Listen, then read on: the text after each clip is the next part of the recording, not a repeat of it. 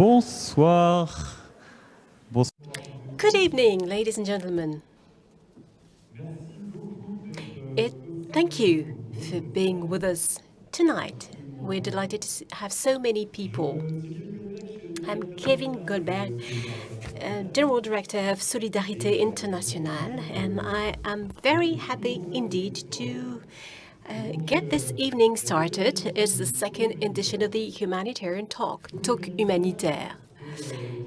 It's a conference that we created last year in order to spend an evening together with researchers, knowledgeable people, experts, people working in the field, and people interested, citizens interested in the situations we are faced with in the field of humanitarian action. Last year, we took some time to think about the global food crisis. This year, we're going to talk about the water at the heart of climate suffering. Climate suffering, it's a strong, very strong expression. We chose it on purpose.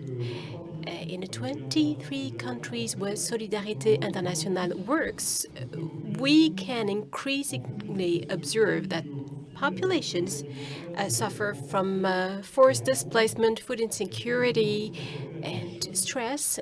These populations are also faced with climate stress, endangering their lives and potential future.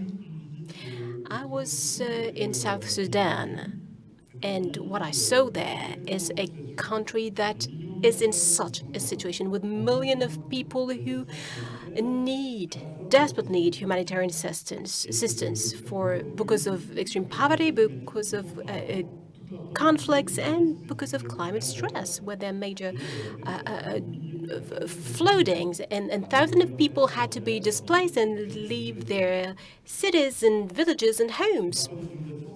It can be flooding, it can be drought as well, and I think we're going to come back to this in a moment.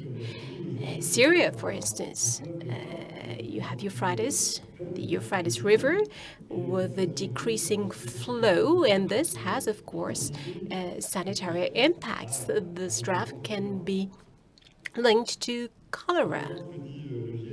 When we refer to what IPCC says, it's about 3.3 billion people that in one way or another live in very difficult conditions impacted by climate change. Therefore, they are extremely vulnerable populations. And as the humanitarian NGO, Solidarité Internationale has to face this on a daily basis. And looking into the future, well, the future does not look bright ahead. The path, as you well know, in terms of GHGs, for the time being remains the same. Very little change or improvement, and by 2030, therefore, we're considering 260 million of climate refugees potentially, even though it will be difficult to say who will become a climatic refugee, who will become a conflict refugee attached to climate change. So we're going to spend 1 hour and a half all together. We're going to talk with our speakers, and I do thank them for being with us tonight. Without any further ado, I will ask the moderator to join us. So your journalist, Juliette, is our moderator, journalist and expert on biodiversity environment. You have a deep knowledge in terms of climate change and climate change adaptation, and we're delighted to have you with us for this round table. Then we'll have a debate and then Q&A. And also we'll have a little time for each and every one of us to gather, have a drink of water and other things as well.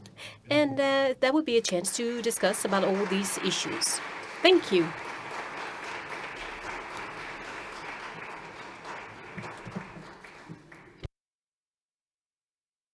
Thank you so much for these few words of introduction. Indeed, I'd like to say that there are people listening to this talk, listening to this roundtable on the social networks, and who will have a chance to ask questions as well. There will be a Q&A session for 20 minutes at the end of this roundtable. So let me introduce our speakers, starting with the end, with Aïssa Maïga, who is an actress and director of this film Marcher sur l'eau, Walking on the Water. Next to you, Marjolaine Bos, who is a coordinator of Operation Northwest of Syria for Solidarité Internationale. Next to you, Marjolaine Salman Khairalla, who is an environmental and human rights activist from Iraq, founder of the NGO Humat Dijlah, committed to protecting the Tigris River. I will be speaking in French and you will answer in English, and some of you, of course, may need simultaneous translation, but that will be provided for.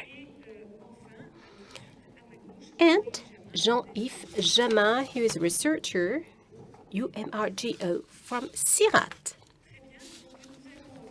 Right, so without any further ado, let's get started with the first part of this round table. Turning to my neighbor here on the left-hand side, Jean-Yves Jamin, you are in charge of explaining just in a few words, in a few minutes, the major impact of climate change on water resources. And we know that there are many impacts. So over to you. Please use the microphone.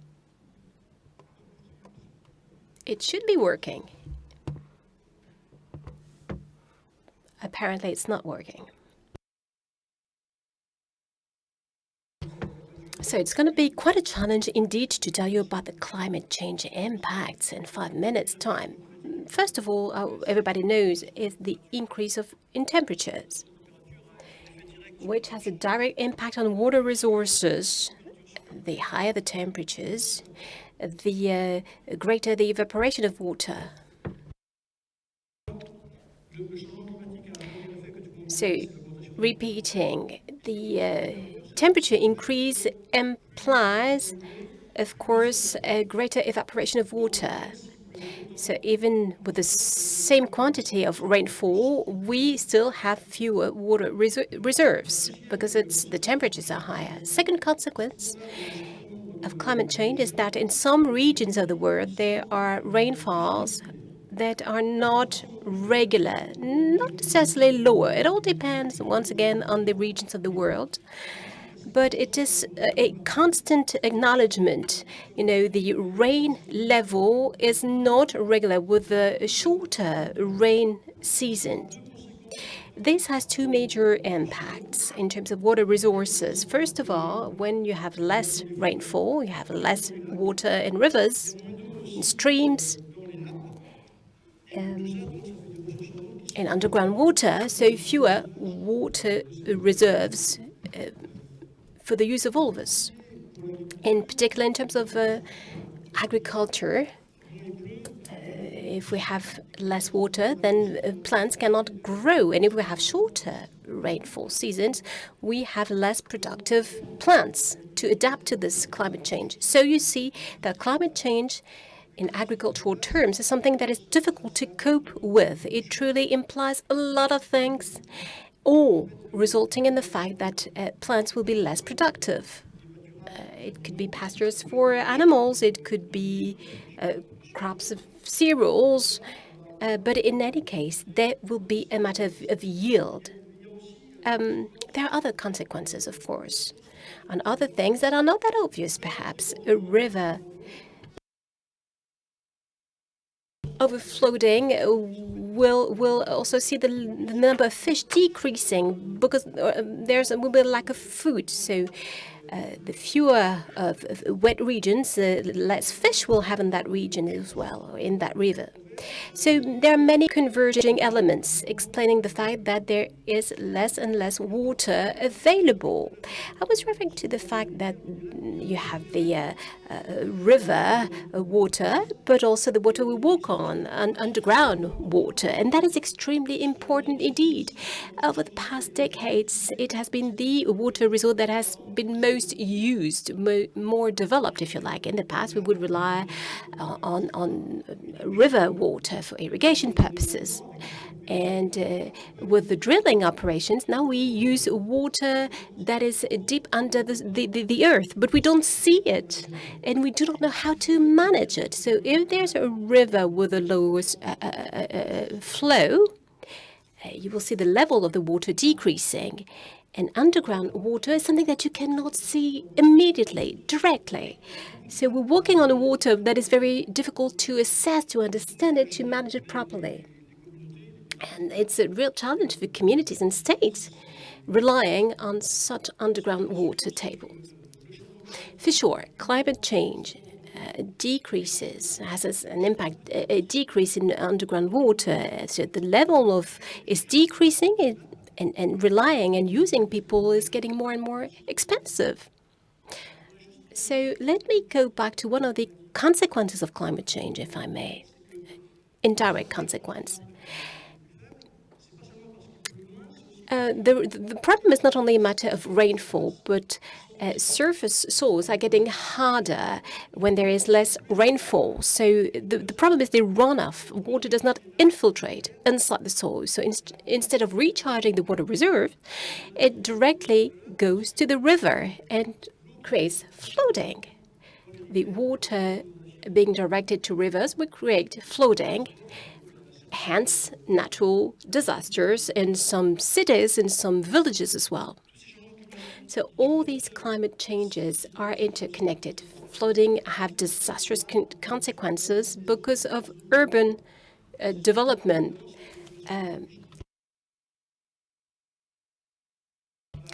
Especially in floodable regions. So that will have an impact on poor populations in rural areas. There will be a matter in terms of agriculture, productivity and yielding, and also access to drinking water. And that will have an impact on cities as well. People living in neighborhoods of flooded area will be impacted as well. So that's quite a challenge. You did quite well in 5 minutes. Of course, I could say much more than this.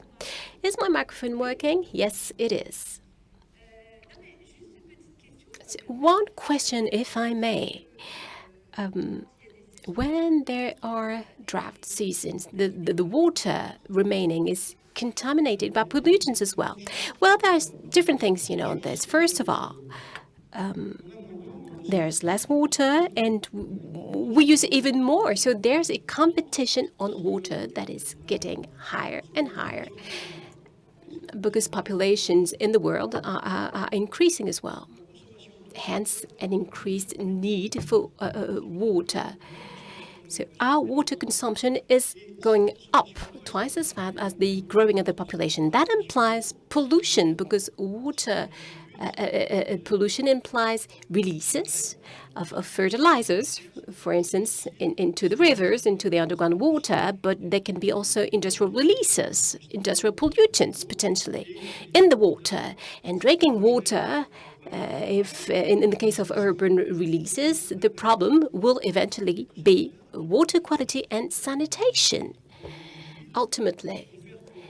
So the quality of water will be degraded. There are two types of harms. Pollution is one example with heavy metals, fertilizers, pesticides, and harms that are more sneaky, let's say. The increase in the salt level in water. When water evaporates, there's still some salt less, but the higher the evaporation, the less, of course, water reserve is available, and salt will be concentrated even more. So this drought problem is getting more complex with this salinization question. Thank you for this additional comment. Let me now turn to your neighbor, Salman Khairalla. Salman, could you... Jean-Yves Jamin already gave us an overview of the climate change and impact on water. Perhaps you could tell us more specifically about your own country in Iraq. Thank you so much. I think it's quite challenging to talk about the hottest country for the last 2-3 months, one of the 10 highest temperature in all around the world. it's because of the climate change and all what Iraq face and all the region, actually, not only Iraq, all Mesopotamian, I can say. It's most of it is because of the climate change, of course. Because of the climate change now, all the area like they are suffering and the consequences is already start to be raising up. First of all, before to start, we need to just raise one of the main points. It's about from 2018, Iraq is stuck in an area which is the 5th country in all around the world affected by climate change. So you can imagine Iraq is stuck from 2018 till now with this level affected by climate change. We are not that country like reducing anything to climate change, but we're just getting affected by it. And this affected it to start to really like increasing the affection on all the natural resources. We can start with water. With water resources, Iraq has been through a lot of challenges from the last century till now because of the bad management. And with all the bad management and everything related to the governance, we can talk about climate change and how climate change affecting all the area. We have some areas in Iraq, especially in the south part, they start to be like they cannot live anymore because of the climate change, because of the hot in summer. Just imagine their summer, which is under the shadow, will be 58 degrees, and how you can live in 58 degrees under in this kind of temperature through July and August. Not only the temperature is start to be affecting another things, just like I just want to reflect and add what my colleague here said, Jen. It's about how the pollution and the other things start to raise in Iraq because of the climate change itself. The water scarcity, when the water level going down, that's mean the water contamination will go high. And that's, again, will do another like poison or they call it bioaccumulation in the body of the people. So we start to see a lot of new diseases even start to raise in Iraq. All these challenges is related to the climate change. Iraq, it's internal migration related to the IOM. There is around 20,000 population in till 2022. From 2019 till 2022, there is around 20,000 population, they immigrant internally inside Iraq from 4 cities, which is in the south part of Iraq, to the other cities. All this because of the climate change. Last summer, there is a guy, he just burned himself in the Iraqi marshes in the Delta. I don't know if you're familiar with the Iraqi marshes. It's just in the end of those 2 rivers, we have a shallow water, and it's called the Iraqi marshes or Mesopotamian marshes. There is a guy, he just burned himself because there is no enough water for his water buffalo. There is another guy, he just burned himself, his family, he assassinated himself because there is no enough water for his farm. So the people, they start reaching this kind of conflict, and to just staying with the same conflict, it's not all this conflict coming from the climate change. Again, I just want to raise this point about the water management inside Iraq and outside Iraq. Just to be familiar with the area in general, quickly, it's the water in the area, like 80% of our water coming from our neighbor country. And we don't have any agreement with our neighbor country. Even in international level, we don't have any agreement with them. And there is no negotiation because they are just rejected all the negotiation. That's why it's 80% of our water, we lost it. And internally, we have very bad management internally. That's also as a up of all the climate change and what we are facing. It's raising all the challenges that the Iraqi population facing right now. Merci beaucoup. I was on time. Thank you very much. And I have a short question. You said 80% of your water resources in Iraq come from neighboring countries? Yes.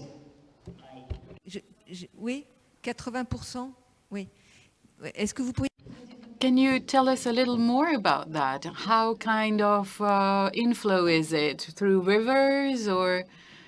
So you mean that sources are only 20% in Iraq and 80% comes from abroad? Thank you so much to give me more time to cover this point again. Yeah, so this point is really important because to reflect on the area and know exactly what's going on in the area, you need to know how it's going on like geographically in the area. So what we have those two ancient famous rivers called the Euphrates and Tigris River. Both of them, those two basins, it's become the Mesopotamian river, sharing by 4 countries, and the 5th one is Kurdistan in between. Iran, Turkey, Syria and Iraq, and Kurdistan in between. Very peace countries, they live there in Middle East. Very peace countries. There is no conflict, there is nothing, it's only water. The problem is only with the water. So if we want to talk about water, they don't have any agreement between them to sharing the water, unless one agreement between Syria and Turkey, and it's broken already. This one, with the revolution in Syria, it's broken already. So the water is coming from Turkey and Iran and going through Syria and Iraq till the end of those 2 rivers. Going to the Gulf, to the Persian Gulf, and in this way, suddenly Turkish and Iranian government, they decided to do this. They call it hydropower projects just to make it eco-friendly a little bit. So they just said, this is eco-friendly projects, big giant dams to controlling the water. From the Iranian side, we have around 40 tributaries, 16 of them permanent and the rest is seasonally. They just change all the direction of this water. From the Turkish side, all the main resources of water, they just build this big giant dams to controlling the water in their lands. So all this, it's cutting more than 80% of the Iraqi water. So that the rest of the 20% is coming from the rain and snow, which is already affected by the climate change. And we don't have any snow and rain anymore. Last summer, just imagine all summer we have only 2 times rain, I think, and the rain was in a south part, which is, there is no any restoring there, and the Iraqi government, they didn't accept yet the idea of water harvesting and rainwater harvesting, and that's what we are we are advocating right now together with the Solidarité, especially in the north part of Iraq, in Sinjar area, how we can pushing the government in this area to using the rainwater harvesting as one of the alternative solutions. Merci pour ces précisions. Well, thank you. Thank you very much for this clarification, Salman. It's marvelous. You are really in the right place here, Marjolaine, since you speak just after Salman. Salman spoke about the situation in Syria, and you are, in your past 2 humanitarian missions, you've been in Syria and also in South Sudan, 2 countries that are also extremely vulnerable to climate change. So, of course, affected by the water issue. Can you tell us more about the situation in these 2 countries, but beginning with Syria, please, as a link with what Salman just said? Yes, again, it is a very broad question. I come back from Syria's northeast, which is very close to the region in Iraq where there is a situation. It's really a region where there's no water left. There's a river here which is completely dry because of climate change, but also because of cross-border water policies with political issues. As Salman said, there are dams like on the Euphrates. It's always something difficult. And also the rainfall cycle is disturbed. And also the water tables are not well controlled. We don't know where the waters come from. So in the northeast, people don't have water, full stop. And if you want to organize a survey in those regions, I see that drinking water is really the second most acute need. They have water, although it's not drinking water. The first problem is food, and it is actually completely linked. Syria relies completely on agriculture. No water, no farming, no food. And the population is more and more in food insecurity. Malnutrition is increasing in rate, particularly for children.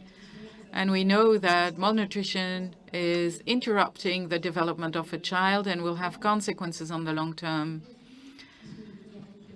Conflicts are more and more often, and some villages have trouble finding water. Who will have the water to farm the land? This is going to be a major problem. And there are also, of course, health issues, as we saw in Syria. In 2022, when I was there was a cholera epidemic with over 10,000 cases recorded on the territory. But this is, again, a problem shared widely in the world. Many countries have declared the cholera with an increase of 25% in number of cases compared to 2020. So more often than not, this is linked to water pollution with diarrhea. People don't have access to good health care as well. And because of the scarcity of water, they will be extremely ill. So this is Syria. And now South Sudan has a slightly different problem. Where I was, there was water, too much water, actually. They had incredible floods, and this did not ease the situation at all, because when you have floods, normally this is because of a disturbed rainfall cycle due to climate change. Rains are not following a normal cycle, and instead of irrigating the farmland, it is destroying agriculture. And this again leads to food unsafety. And then when I was there, beyond the access to drinking water, having the right water at the right time for the farming, another problem because of the floods is displacement of people. I remember a village chief who asked me if they could get some canoes from us, because people were too far from the village center or city centers. And some women, for example, couldn't give birth in proper hospital. Because of the floods, people needed to travel on boats. So this is another aspect linked to climate change: health, food, and everyday lives management. Some housing are destroyed, no access to schools or hospitals, and often women are part of the most vulnerable. They have to be really at the forefront of this shock. And we know the contribution of Sudan on greenhouse gas emissions. Yes, South Sudan is 0.1% of greenhouse gases, and it is the 8th country most vulnerable in terms of climate change.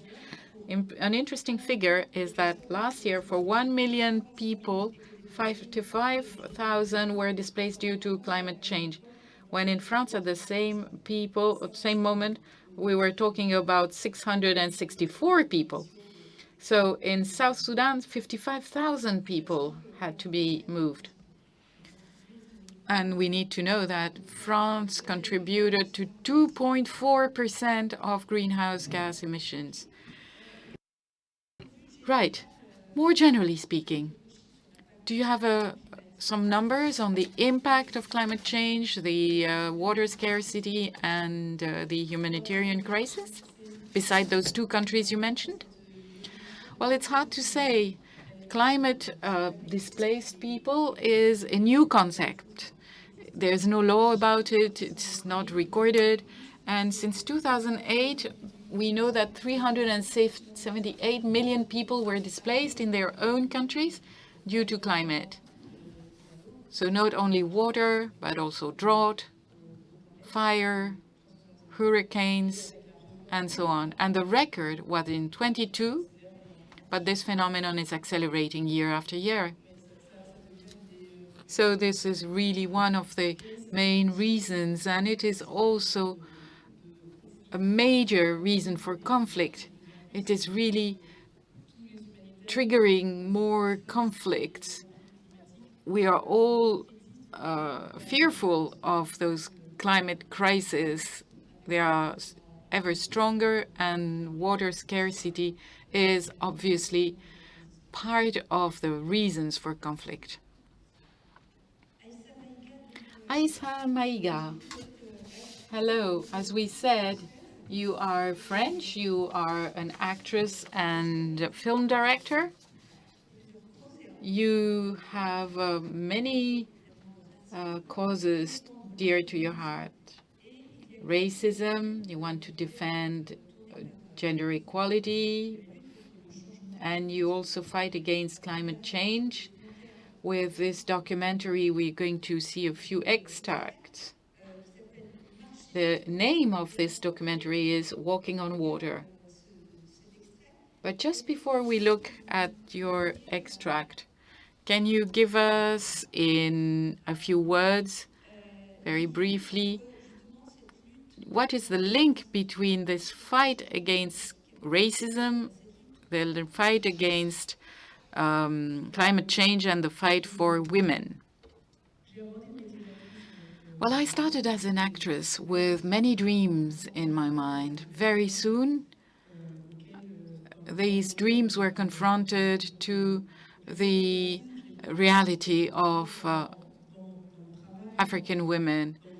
So this situation is something I was able to experience in my professional life because of my roles and the representation of those populations. Feminism is something I inherited. I'm in a family where women have taken a strong position in the family and in public, be it in Mali or in France. And these two issues for me are intertwined. I'm a Black woman living in France, and I understand what this is all about. It's an issue I lived personally, and it rolled out and changes with my life. Like for many citizens, climate change is something that really scares me. There is no control over political decision. I have no control over this thing that is on its go and is overwhelming. I didn't have the feeling that I was legitimate to take part in this discussion in the public space. So I was kind of navigating with this feeling of being powerless. I was offered to make a film. It's not my idea. So I was offered this idea to speak about the water in relation with climate change. First, I refused to do it, but after a moment, I accepted this challenge. I had the feeling, because this project had to take place in Western Africa, I come from Mali, or it had to take place in Mali and Senegal. So I thought, explaining this subject thanks to the testimony of people who are in a region that is so important to me because I feel I belong to the Sahelian region. All these reasons made me accept the challenge, being clear that I'm not an expert, I'm not a climatologist, I'm not a scientist. However, I thought it was important to make this film to make people think and also to speak to a very diverse public. Walking on Water is a film that can be seen by children, 8 or 9 years old children. This is a film that is very accessible. It is not reserved for people who are already aware of the climate change issue. And this is a very important aspect. And we see that in all the jobs like mine for representation. And the idea is, how can we raise awareness, touch people, involve the other citizens, make them feel that they are in a position of acting against climate change, make sure they have the sufficient knowledge. And this means many things, and it means, first of all, empathy.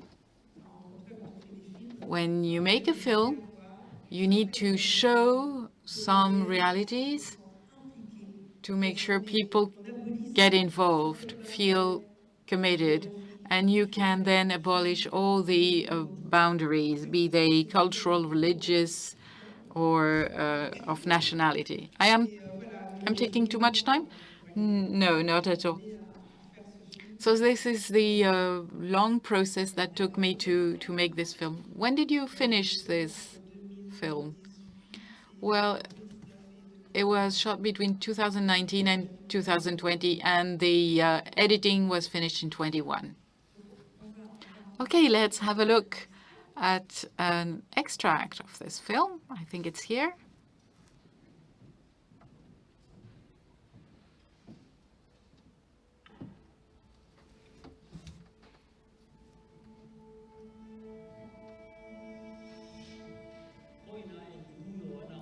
There's no land more under strain than ours. Today, wild animals have disappeared. Only the earth is there. There's nothing to eat. There's no water. We can't even wash ourselves. Our children can't go to school. How can we live with no water? Nobody can.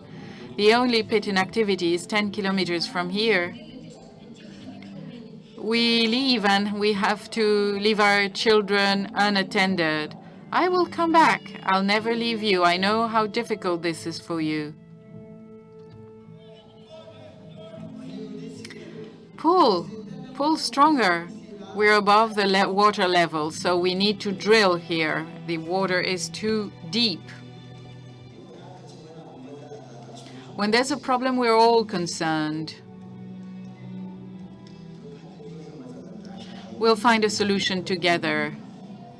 All together. So, sir, are you going to walk on the water? Yes, sure I am. Why today things have changed? Why don't we have water? Well, this is climate change. Repeating, climate change. Walking on water. On screen in November 2021.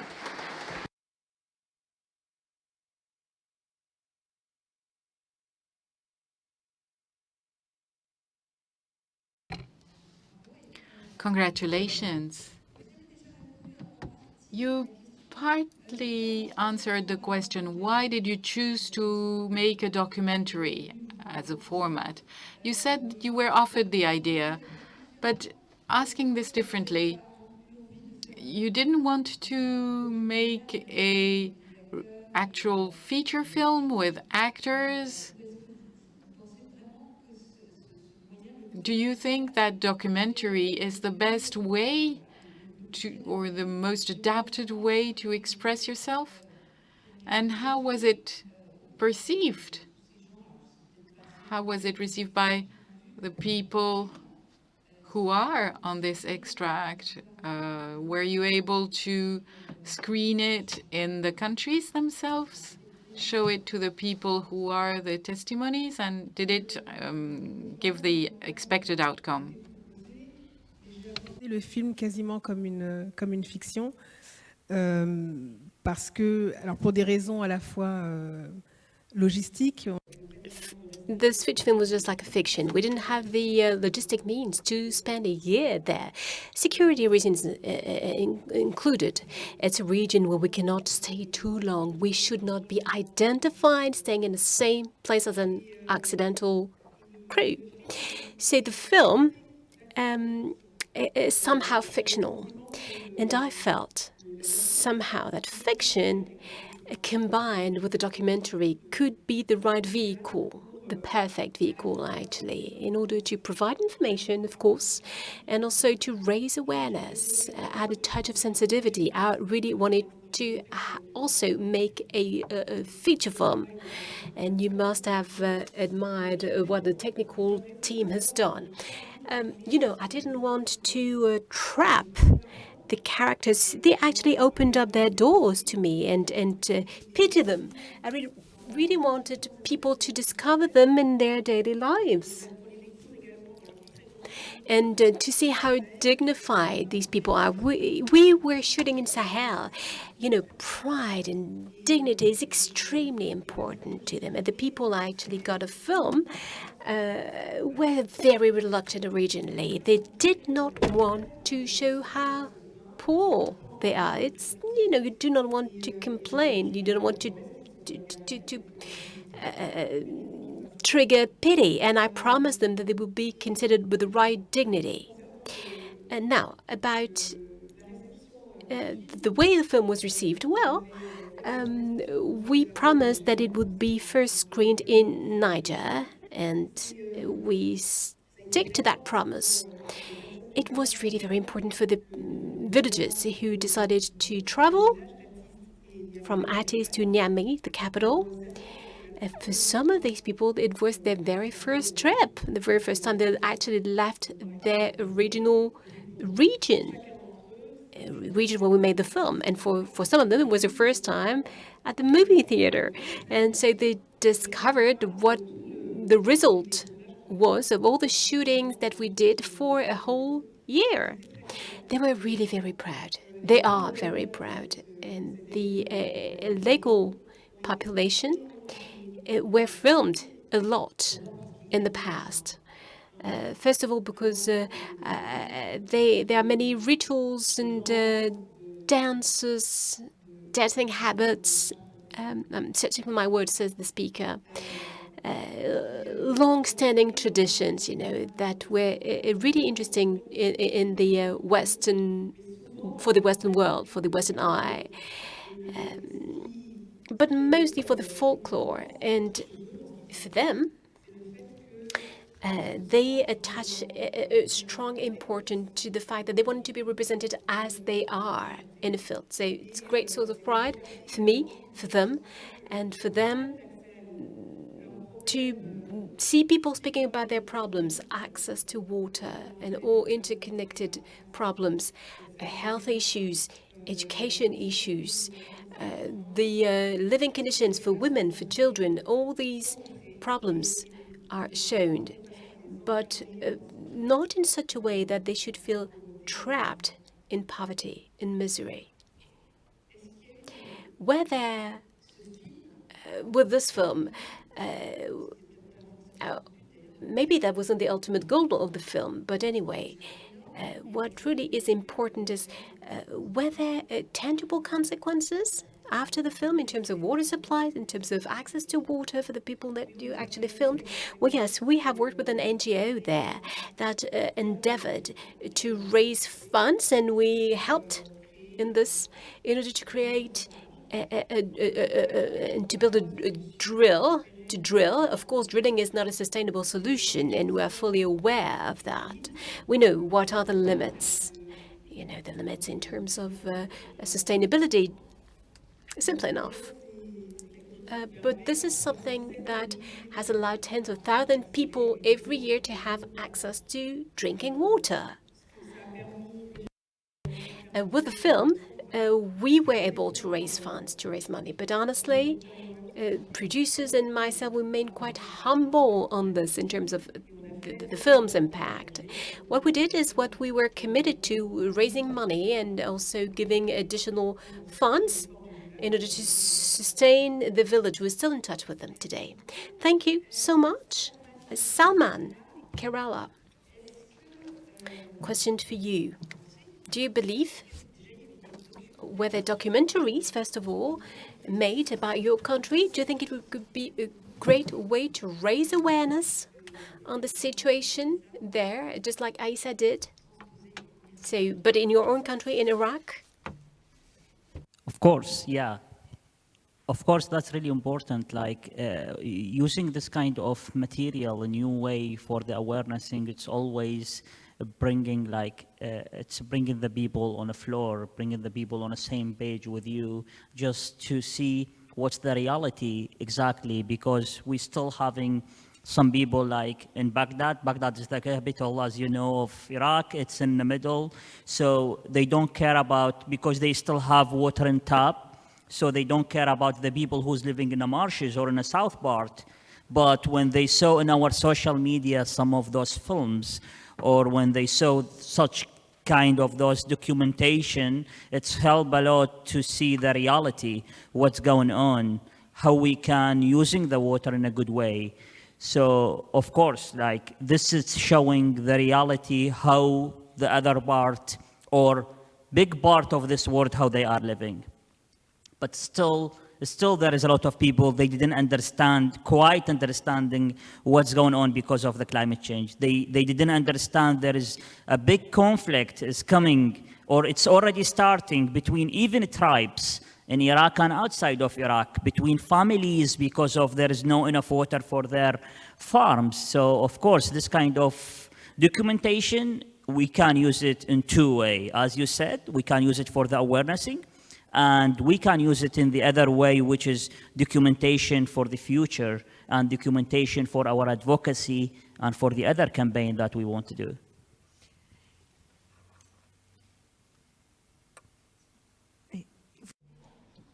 Anything to add? Well, yes. A few words about the film. Several times you used the term documentary, and Aïssa repeated it, saying that it was also fiction. Let me insist on this. For those of you who haven't seen the film, go see it. Don't think that it's going to be boring, a boring documentary on drought. It's a film with actual characters, with a story. And it's not about showing pitiful situations. There is joy. There are, children playing in the rainfall. It's a film about life. And it's a film about the life of people, not exclusively about drought. It's people who have to be displaced, to go and work elsewhere. So you see all this questions attached to school as well. I loved it. Children going to school. It's fundamental. We usually talk about food and access to water. It is important, of course, but for people, what matters most is to have their children go to school.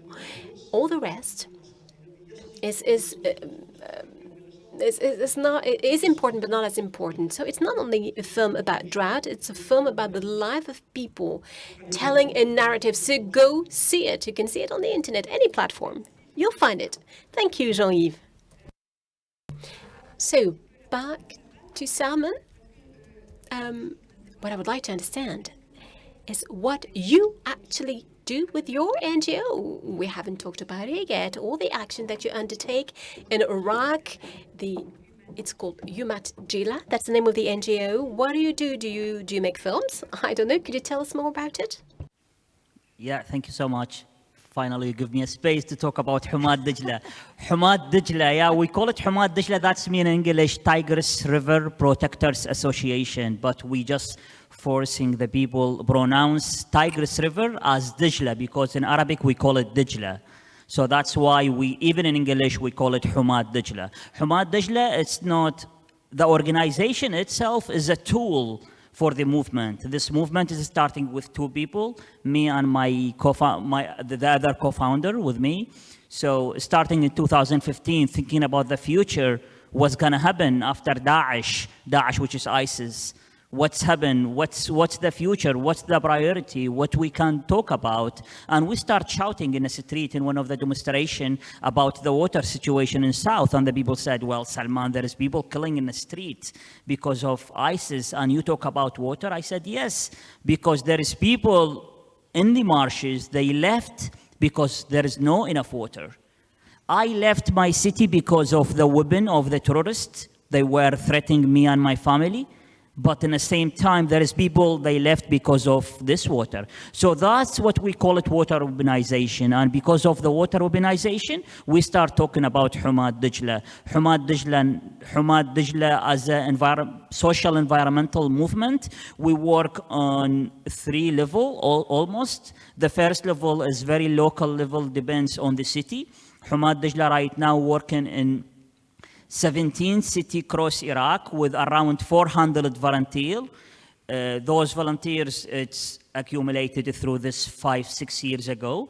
And we are focusing in the local level, in the level of what's the city, what's this small village need. And we grow up to the governorate, what's this governorate need. So we work on awarenessing, advocacy, and research. This is in the local level and as well as the national level, because what the people need in the south is different than what the people in the north need. So according to this, we're doing that. How we present that, we present it in a tricky way a little bit, because when we talk about water and environment in our regions, we talk about it in political and economical and social perspectives. And those perspectives is making a lot of headache for the government and politicians somehow. So that's why maybe you never heard about it here in Europe, that there is a environmentalist getting threat. But in Iraq it's happened, in Syria it's happened, in Iran it's happened, in Turkey it's happened. So that's what we are facing and what we are fighting for. Thank you. Merci beaucoup. Thank you so much. Jean-Yves Jamin, back to you.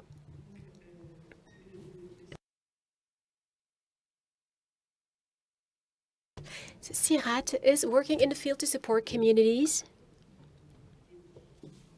and to fight climate change. Are there potential solutions to raise awareness in an efficient manner, the good practices that we can implement and duplicate from one country to another, or are there only local solutions? Both, I would say. It's indeed local. The answer is local. It has to be local, but it also implies a more general approach. Water is flowing, and in terms of forest and natural resources management, like landmines, which are local, well, you cannot focus on local activity only, because the water moves and flows. So there may be one problem in a village and other problems in another region, in other villages. We've seen this with Salman. Several countries can be impacted. Once again, the solution cannot only be local, but you have to stem from the local situation for a simple reason. At some point, we've seen in the film that the teacher fills a form for water, and locally the problem is that people are not referred to. And we do insist on this, we do work on this, using the right method, involving people in the field. Participatory means, obviously. People in the field must have a say, their voice must be heard. I'm an agronomist, so originally, I used to work with farmers. Farmers are men, usually, but we tend to leave behind half of the population, i.e. women, children, other stakeholders who are not farmers but who are water users. That is very important indeed. When you work on such questions attached to water, you have to get all stakeholders and all users involved, even though those communities are limited. We worked in Brazil, in a small valley, for instance, with 5% of people who were irrigating farmers. They used 95% of water resources. And when we started working with them, we also realized that we were leaving 95% of the population behind. 95% of the population consuming 5% of the drinking water only. But 5% is absolutely essential for everyone.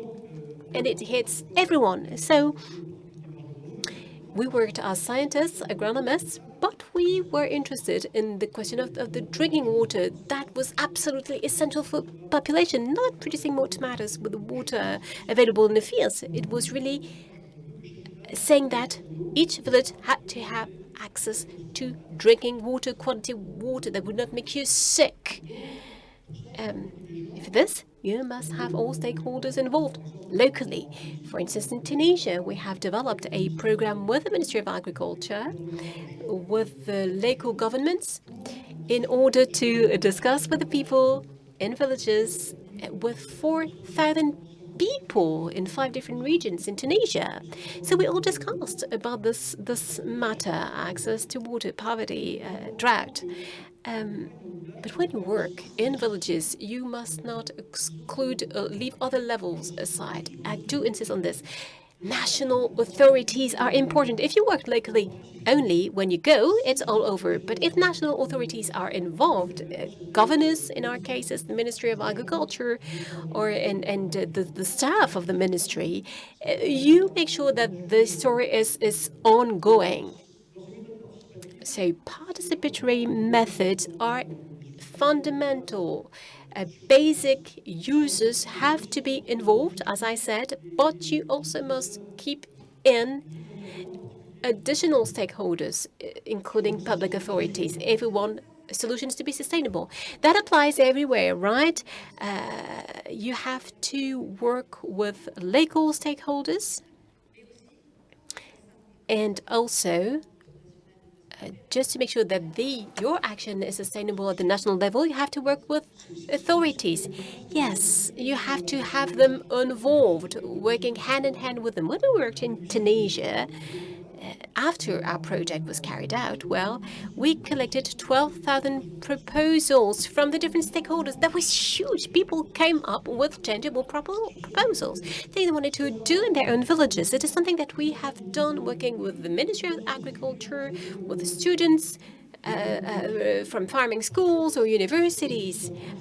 This learning dimension is absolutely essential.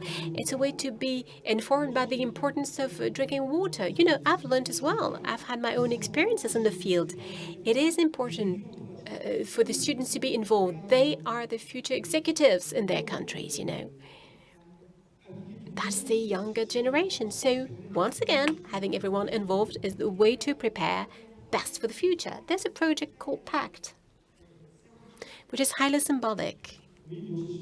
Yes, it's this PACT project in Tunisia for the adaptation to climate change in vulnerable territories. I do insist on this word, territories. Another dimension is important. Participation of all stakeholders is one thing, but you have to do it in local territories with no sectorial approach.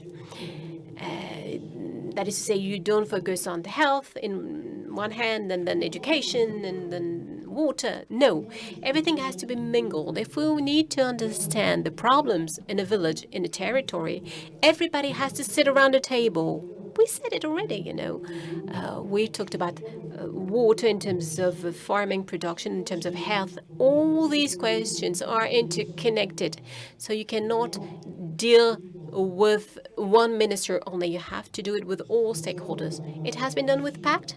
Well, yes, we've been able to involve all stakeholders. So we've done so in Brazil as well, where we have a similar program, CIRAD, focusing on drought.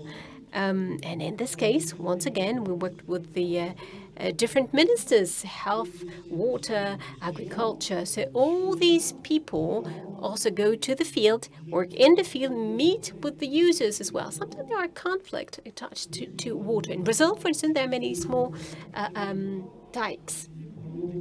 And big dikes will be used for irrigation purposes in big cities. Smaller dikes are not legal.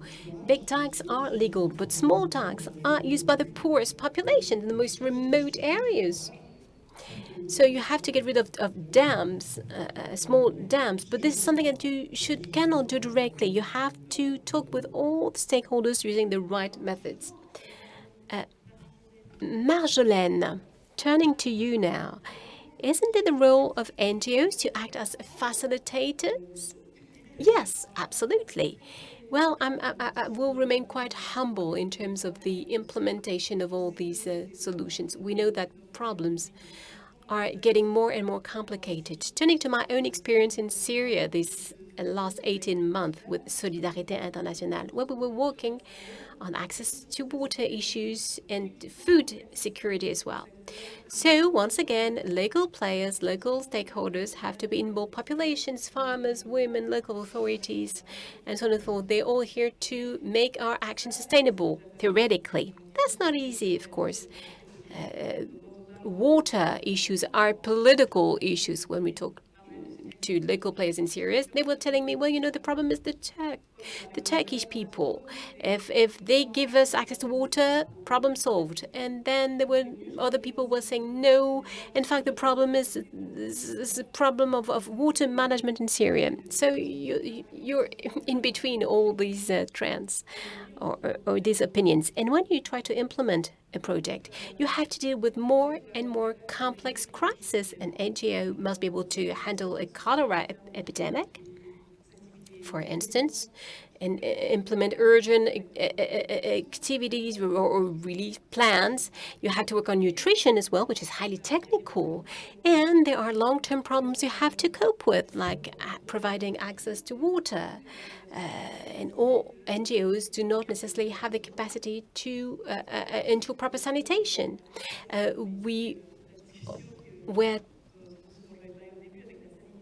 talking about salinization of soils. We must have an expertise in agriculture, farming, irrigation. All this, considering what Aïssa was saying, considering that the fact that we cannot impose in solution. When you go to a village, you have to discuss with the villagers, people living there, understand what are their practices, problems to water access, because you have to work with all these people. Imposing something would simply not work. So there are many confrontations in terms of needs and more complex issues to address with limited funds and crises that are left aside. To have a positive touch, can you give us an example of a project that was led by Solidarité Internationale that was implemented? Now, caveat, I don't say that a humanitarian intervention cannot go any further, but what happened in Syria was very interesting. I was in some regions where food security was at stake. So we made some distribution of food, and we also gave kits of seeds with irrigation systems for people to be able to do some vegetable gardening. At the beginning of this project implementation, there was a lot of reluctance. People said, don't give us seeds. We want food directly because we are hungry. But we were able to work with the population, support them, and we had incredible results. So beneficiaries said, we are growing nice vegetables. We will be able to give some seeds to our neighbors and so on. This is a fantastic project. You see, there's a long-term impact. It's going to be fine. But again, we have to be very humble in terms of the project implementation. It is hard to implement. We know that some villages will use more water because we gave them some seeds. And maybe another village downstream will be suffering from water scarcity. So water is really the issue. In Iraq, in Syria, in Sahel, there's not enough water. So we want to work around this problem as much as we can. The final equation not always is good. The quantity of water is always insufficient, and it doesn't suffice for all the activities. So as humanitarians, we have to really think about it before we can adapt it. Sometimes we're confronted with the wall. Salman, go ahead. Thank you so much. Yeah, I just want to add one point. It's really important to talk about what's the alternative right now and what we can do with what we have. Like giving the seeds only is a solution or not. Will affecting this village will take more water than the village downstream. So I think we think at Humat Dijlah now and there, we think that the adaptation is the most important thing that we can implement it right now. We can do awarenessing, advocacy with the adaptation. Adaptation, it's important to use what we have in our hand right now. That's what's important. That's what we need. But giving the tools, that's how to implement the adaptation, that's again another challenge, especially with all the political situation and crisis in the region in general. Oui, voilà, on n'en a pas. Yes, of course. We didn't speak about it, but yes, you're right. It all depends on the international community, climate negotiations, the damages that are going to occur, and so on. I think that in the countries where we intervene, it is important to choose the solutions from humanitarian actors who know how to implement projects. They work more and more in cooperations, hand in hand, and also talk to diplomatic authorities. Some governments need some support, some help to have the right legislation on water, to establish master plans for the next 10, 20, or 30 years. It's part of our role as humanitarians. It is also a matter of diplomatic resources that are necessary to help those countries develop a good water management. You wanted to react to that? Not at all. Not at all, says Aïssa.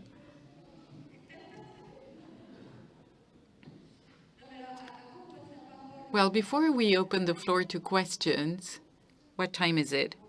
It is about time we do so. I wanted to ask you, we mentioned cooperation, consultation with the main stakeholders concerned. When you made your documentary, Aïssa Maïga, when there was a drilling here, did you take the opinion of the population? Was there some consultation to see where the drilling should take place, who would then distribute the water, what are the priority actions? Well, Guy Lagache was supposed to make the film first. He did some scouting, and he thought he was going to do this project, but he was called to be the head of the French broadcaster, Radio France. But when I took over, people were already aware of this double project, a drilling and a film. They were expecting a lot, because I couldn't really take over very soon. So I benefited from this first work that was done before my arrival. And actually, people were completely on board in the village. It doesn't mean there were no obstacles, no problems. When you decide to focus on a particular community in a village, it means that this attention, this focus is not for other villages. So there was a lot of request or even from a demand from other villages who didn't understand why this Paul Wenabe village was benefiting from our attention, whereas the other village was there forever on territories that belong to the Tuaregs. So, you know, when you make a film, you have lots of issues linked to the communities where you want to operate, when you want to do that. However, I was not confronted on my own to those problems. I had a small team around me, and people were so happy in the village, so on board with us that it helped us go forward. Thank you. So let's open the floor to questions. Oh no, I wanted to add something. There are obstacles, but when you really know what you're doing here, you feel stronger. And one of the reasons why I really wanted to shoot the film there in this Wenabe Pearl village is due to the fact that the social structure, the family structure are completely blown out because of climate problems. The Pole wannabes are a nomadic population. They're used to move as clans. When there's water, there's for everyone, and when there's a scarcity, there will be a problem in the communities. They can be very tough, very violent problems. The family structure explodes because women who normally should stay in their household have to move and go away from their community to find jobs. Sometimes there are hundreds of kilometers out of home for a couple of months just to make sure they can get some money with small jobs. And this money will be used to feed their family. So I thought it is important to show how climate change has an impact in people's lives, in the family structure. And what seemed very important to me is the way children are taking care of the rest of the family while their mom and dad are gone. They had to leave the home, so children have to take over, particularly young girls, like the young teenager in the film.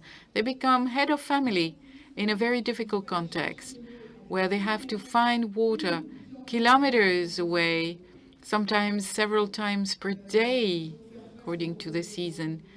They have to face the health issues of the youngest, try to take them to school. As Jean-Yves said, it's impressive to see how these families, these communities hold on to make sure they can send their children to school, because that's the way for the future.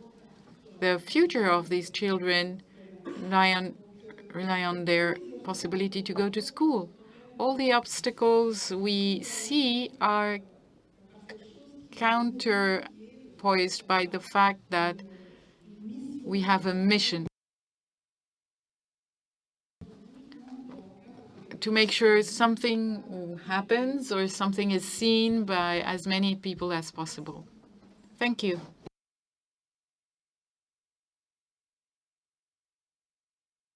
Who would like to ask the famous first question?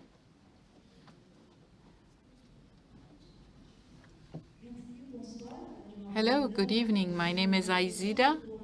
My first question is for Salman. I'll say it in English. I'd like to know what is the current status of the advocacy project in Iraq, and then not to make it as a space to talk about the government, but what is the stand of the government in this point? Are they in denial of the issue of the water in Iraq?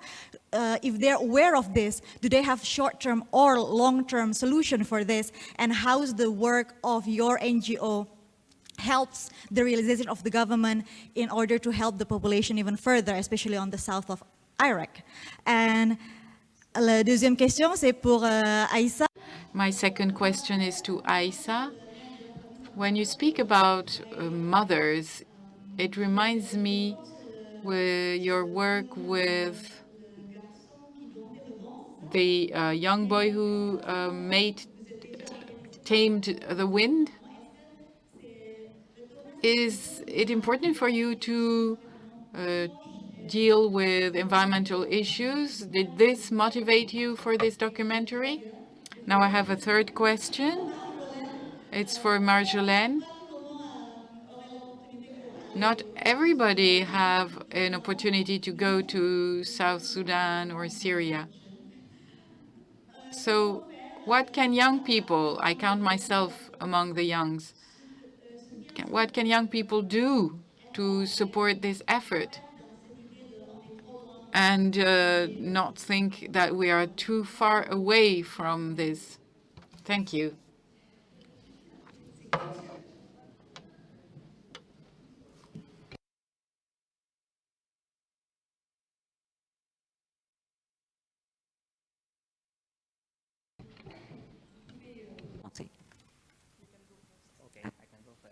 Thank you. Yeah, of course, it's very quick, and I will be very diplomatic. Otherwise, there is even the people who work there, they will close their office. If I will answer this question. It's a very tricky question, but yeah. So the government react against what we are saying. From 2003, after the Iraqi invasion, till now, at least there is no any priority for the water and environment. Never, ever for the government. They always focusing on security, as you know. The people thinking about their priority in their way. And of course, this ethnic sectarian system, corruption sectarian system, didn't think about the solution rather than thinking about how they can corrupt as much as possible. Just imagine they building more dams for the corruption, not for the storing more water. That's first of all. But in the last 2 years, they start to focusing more on climate change and environment, just like they open a new ministry for environment in Iraq. So finally, we have a Ministry of Environment in Iraq. But this ministry, it's open just because of there is this COP conference. They give some money for the government, so there is more money will go to the government, not going to the organizations. So actually the priority is different, of course, between the people who's in the ground, the civil society and the government, and that's what we are fighting for. We're fighting for to tell them, look, we are not working against you, we're working with you to developing the solution and implement it right away. Très rapidement, donc le film... The film, The Boy Who Tamed the Wind, I play the role of a very proud mother of a young boy who is going to save the community from drought, inventing a system with a bicycle wheel, inventing a hydroelectric system. It's a true story from William Kamba. It was shot in 2018, or maybe 17. By then, I had no idea I was going to make a film one day on climate change. But I was inspired by that film and the way of this narrative, because it's about a family and the topic is very similar, although the context was different. So I really was supported by this filmmaker. But I'm not going to speak about all those films. It's not the place to do so. Now, what can you do from here, France? I wonder. Very often I ask myself the questions, what's next? If you are an agronomist or a scientist, send your CV to Solidarité Internationale. Otherwise, I think it's our responsibility as consumers, as rich people, to do the right thing. That's the first thing to do. Pay attention. Be aware of the consumption mode. It might generate massive flood, not only in France, but also in Africa, Middle East, killing lots of people. The political action is also important. Vote properly, vote right for the good programs in France and also for the good policy in Europe. The environmental commitment is important, and giving is also important, donations. But this is maybe not for the young people. So I'd say the citizen commitment is number one, and the political responsibility as well. This was very short, a short answer. Thank you very much. Any other question?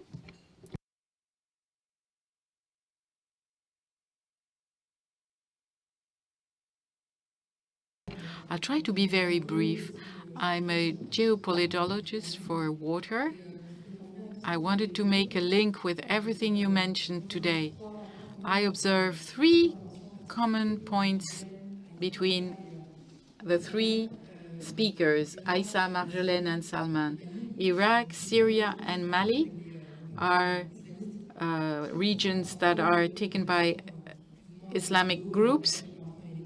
I won't get into the detail, but Daesh, for example, is controlling the dams.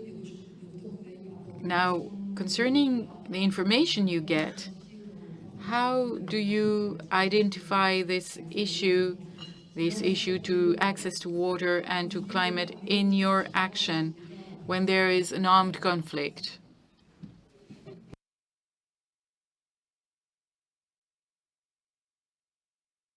Yeah, again, at this point, I can answer with 2 points. First of all, I just want to reflect on Daesh and ISIS and how they use the water, like what they use it. Water weaponization, it's a very long story, especially in our region, starting from the Sumerian time, which is 12,000 years ago. Starting when they were doing war, they were like flooding they just cutting the rivers, the Euphrates River, the same river, they just cut it for the Babylonian city, and they just killed the people in this way. And it started to be all the governments, all the states, again and again, they use it in this way, till even the governments in the region, they start to use it in their putting more political and economical pressures. For the Daesh, they use it in different way. Like they try to pump Mosul Dam, but we were lucky they couldn't do it.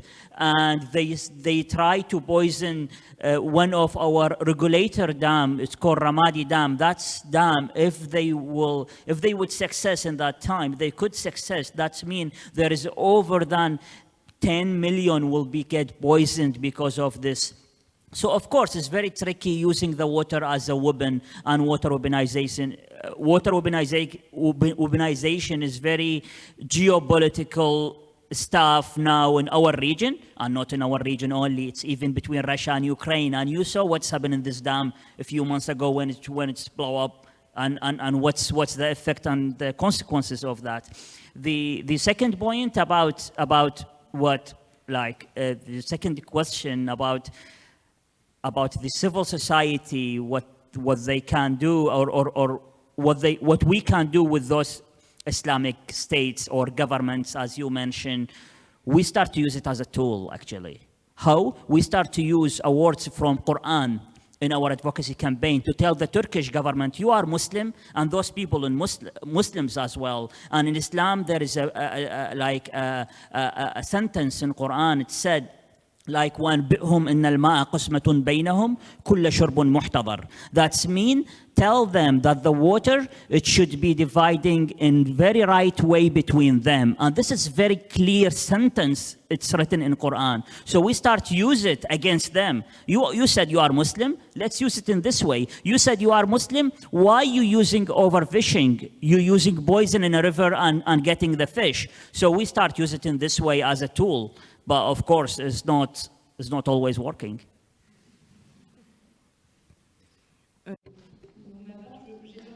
As far as I'm concerned, I would expand the question. In South Sudan, it's a Christian country, and we see that water interacts in conflicts, is used in conflicts. And it's a double relationship. What we see in Syria with the drought from 2006 to 2011 is something that contributed to bringing the revolution, because the populations were more vulnerable, and all the governmental issues that already existed were even more acute. So you see, the access to water, the climate change is generating conflict. And that was really clear in South Sudan. I was working in a remote village, and the displaced population was threatened by civil war.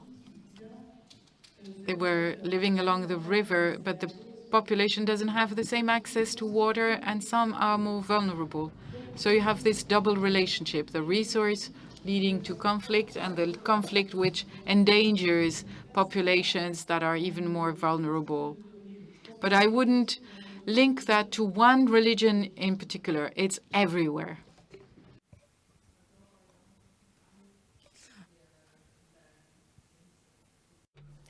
Comments of Mike. Answer? Well, I think it is something that exists indeed, but that you can find in any type of conflicts, whether civil unrest in South Sudan, there were armed groups that were displacing populations away from the Nile so that populations could not have access to water. Clearly enough, water is used as a threat or as a weapon in order to impoverish local populations. But it applies to all conflicts, I believe. Gaza is one example. The local population has no access to water in the first place. So no matter the type of conflict today, water has become a resource that will be withdrawn, water, power, no access to these. That's the way to proceed. Off mic? Any other question?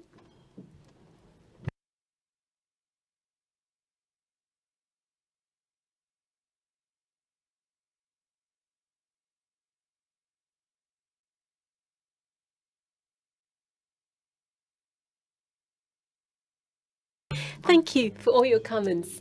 I have a question. Regarding the governance, especially regarding Solidarité Internationale, but the questions for all our speakers, potentially. I understand the urging needs for local populations. Unfortunately, what we understand is that the projects carried out, and it makes sense, occur at the very end of the spectrum, and that it doesn't tackle the root cause of problems in terms of resource management, in this case water. So what about the proposals from Solidarité Internationale regarding water management, water governance, in a situation where private access to water is something that is growing even more so with the climate change and with the urging needs from populations? So what about potential solutions in the near future recommended by Solidarité Internationale? And another question, which is connected to this, what about your position about the right of nature applied to water in terms of common good management, water management, what about giving rights to rivers, to lakes, to water ponds? That could be an alternative. Well, thank you. We're going to give the floor to Marjolaine. And that was one question before the last question. Then we'll take one more question, and then will be the end. Well, first of all, I will be very cautious in my answer. I'm not representing Solidarité Internationale as a whole, of course, and there will be a closing remark later on. Yes, so our president will answer your question in a couple of minutes. I could give you some answer in a way. I think that these questions, addressing the urgency versus long-term answers is always a big challenge for humanitarian workers. But focusing on governance as a humanitarian NGO is not something possible.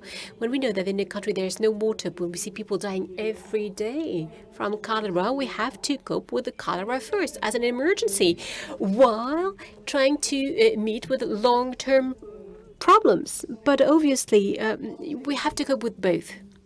And then there's something that is clearly stated. Today, the humanitarian world works locally depending on the financial resources available. And one of the problems, I believe, that is very important is we realize that the humanitarian answer is growing more and more political. Sometimes we cannot implement all long-term projects we'd like to carry out. And this is what I was saying beforehand, as humanitarian workers, we try to focus on development projects, working with local governments in order to promote training, repairing water structures. But there are limits to our work. There is, of course, a governmental responsibility, international community responsibility as well. Now, in terms of cross-border water, which is highly political an issue, we can, of course, make advocacy works but we cannot manage this. It is not for us to do it. Thank you. Very last question, sir, in the front.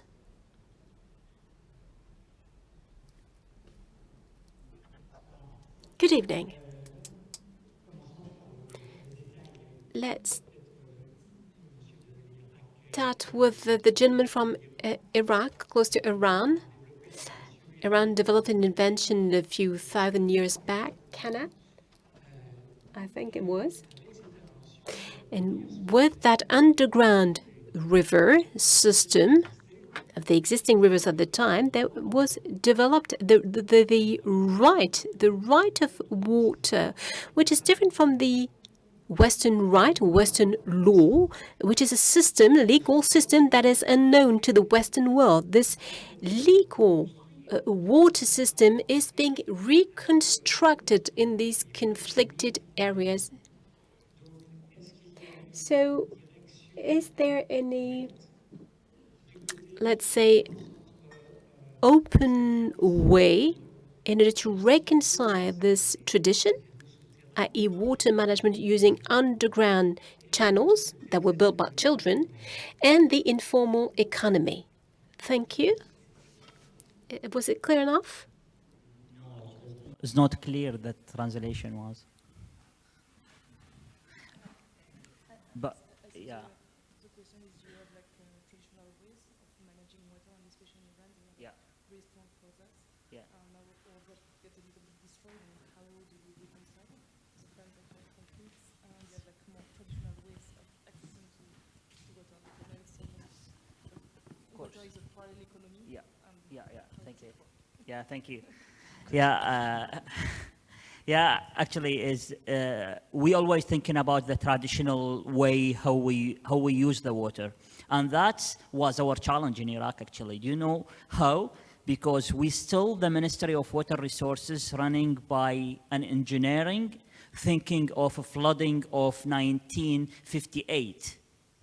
They still from this old school. They still thinking in the old way like Iraq afraid from flood, so we need to build more dams. And our big dams is already empty, is already drought.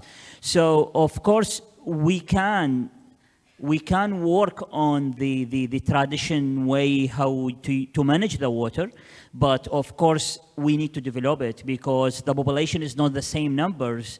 The geographic area is different, not like before, and add all of that, the climate change. That's what we call it in adaptation, and that's what I mentioned in the beginning. Adding to the economic way, which is all what's happened in the Iranian side, especially like it's to put more economical pressure actually on our side, like because when they change the water for their sides, it's for the irrigations, for the more agricultural lands, and that's mean they will transport all their vegetables and fruit to Iraq, and we will buy it from them. So either we will buy the water or we will buy the vegetables. That's what they call it, selling the water. And from Turkish side, they want to do it with the oil. Give us 1 liter oil, we will give you 1 liter water. It's in this way. Merci beaucoup. Donc on va clore cette Thank you so much. We're going to close this round table. I would like to thank you all for all your presentations and comments. And I will now ask our President of Solidarité Internationale, Antoine Peigney, to join us for a few words of conclusion. Thank you.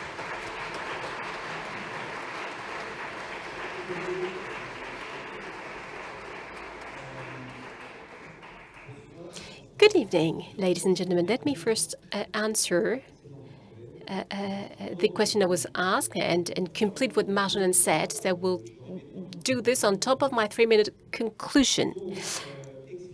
That was a very good question indeed about the role of Solidarité Internationale in order to contribute to this governance in terms of access to water. There are some examples of what we've done in the past.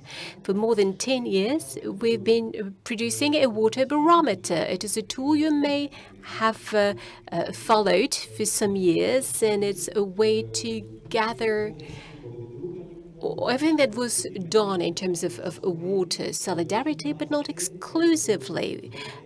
Progress, measuring progress, or assessing difficulties in reaching our sustainable development objectives. So we are using this tool, we are modernizing it. We should not be trapped in time and focusing only on advocacy.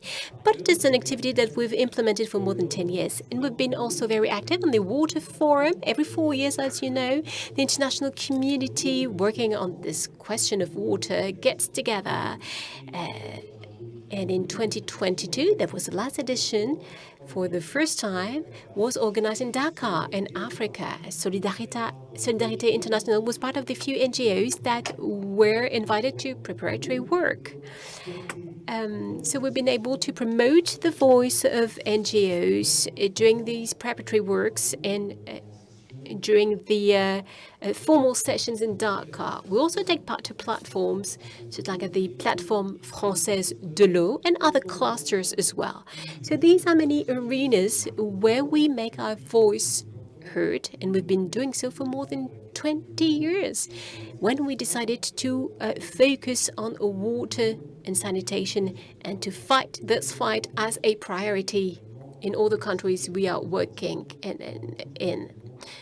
Of course, you can go to our website and collect more information about this. Now, dear friends, the conclusion to that very fruitful evening. First of all, let me thank you all, ladies and gentlemen in this room, and those following us remotely. I don't know how many people are connected, but thank you very much indeed for your presence.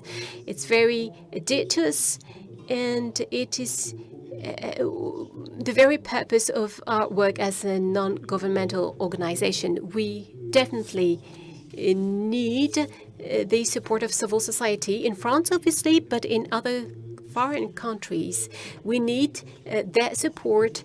We need to be part of all these discussions and debates. We're not a company, we are an humanitarian NGO. So your presence here today and every single day give us the strength to work and continue. For the second edition, let me say that it is very successful. The room here is 3 times bigger than it was last year.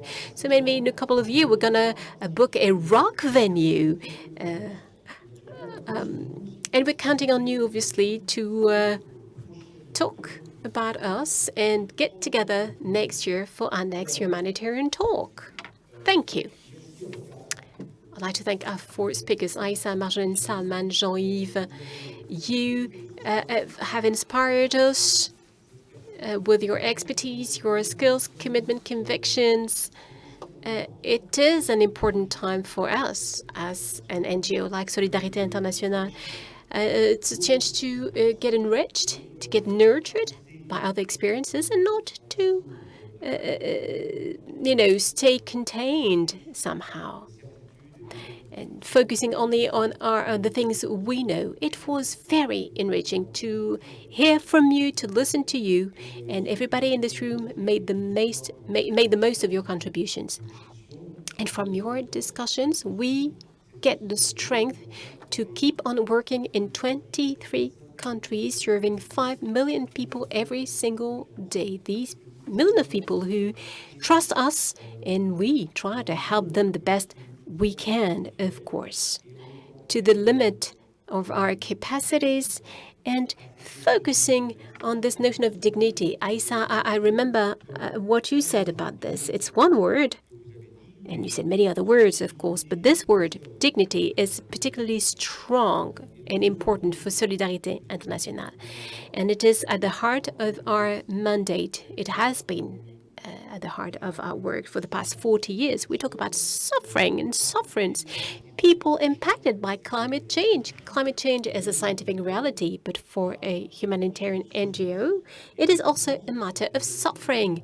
It is an experience that is lived every single day by children, women, and men. And we are trying to do everything we can to relieve the stress, to help them with dignity.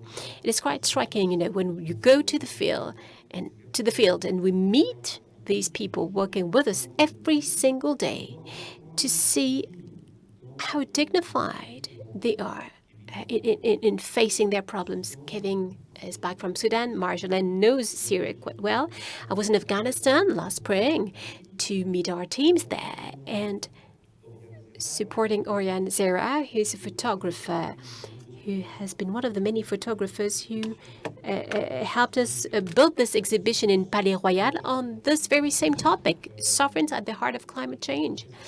You know, I met with farmers in Afghanistan, and they were really dignified. You know, they were hopeless, because there was no water, no access to water, no rainfall, no water in the wells, nothing left. But still, they were trying to stay there, stick to their own villages, their own land, and postpone the moment they will have to go eventually. And we have to remain humble, as Marjolaine said, and come up with alternative solutions, cope with a lack of water or excess water somehow. This is what we try to do as an NGO. So this work, dignity, is absolutely essential. And that would be my conclusion. It definitely echoes this notion of suffering due to climate change. And that is attached to the word humanity. It is a founding principle for us. A humanitarian NGO has to cope with shocks and stresses, as Kevin said, but also relies on a certain number of principles. Humanity. The 5 million people I was talking about are just not a group of people, nameless people. 5 million people working with our teams in 23 countries, but their identities are known, their villages are known, and our teams work with them to carry out projects in dignity. Once again, thank you for this discussion. Thank you, Juliette, as well, for moderating this roundtable with such talent. I would like to thank Solidarité International teams, Amélie, Guillaume, and their teams. You've seen them in this room. They have badges and they've worked very hard to organize this evening. We can give them a round of applause. Bravo. Thank you.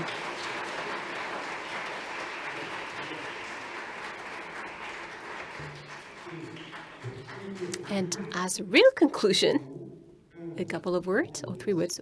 Don't forget to give your headset back. Well, there's no transition, of course, but I have to say it. So don't take your headsets with you. Secondly, we're going to take a family picture with all our speakers, so stay on the stage. And thirdly, we'll have a little drink in this very room, just to have a very nice evening together. Thank you.